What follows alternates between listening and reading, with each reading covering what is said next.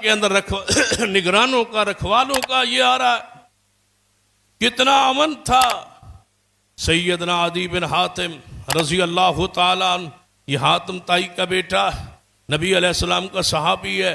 عرض کرتا ہے یا رسول اللہ صلی اللہ علیہ وسلم، فرماتے ہیں کہ حضور تشریف فرماتے، دو بندے آئے، انہوں نے اپنے اپنے علاقے کا ذکر کیا. یا رسول اللہ تنگ دستی ہمارے علاقے میں بہت زیادہ ہے اور راستے پرامن نہیں ہے، خوف ہے، جہاں نکلتے ہیں لوٹ لیے جاتے ہیں. یہ دو شکایتیں لے کے آئے، دو بندے.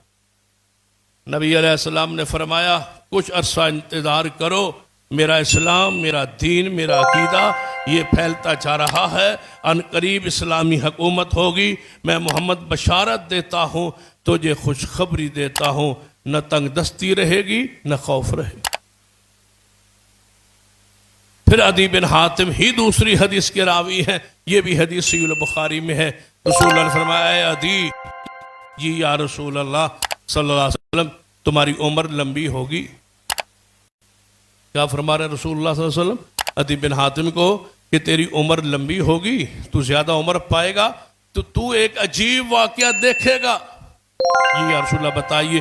فرما ہیرا سے ایک عورت زیورات سے لدی ہوئی نکلے گی، مکہ کی طرف آئے گی حج کے لیے. اس کو پورے راستے میں اللہ کے علاوہ کوئی خوف نہیں ہو، اتنا امن ہوگا، اتنا سکون ہوگا. اور تنگ دستی کا عالم. آپ نے فرمایا عدی وقت آ رہا ہے، ذرا توحید کو، سنت کو، دین کو غالب آنے دے. وقت آ رہا ہے کہ تم زکوٰۃ لے کے نکلو گے، زکوٰۃ لینے والا کوئی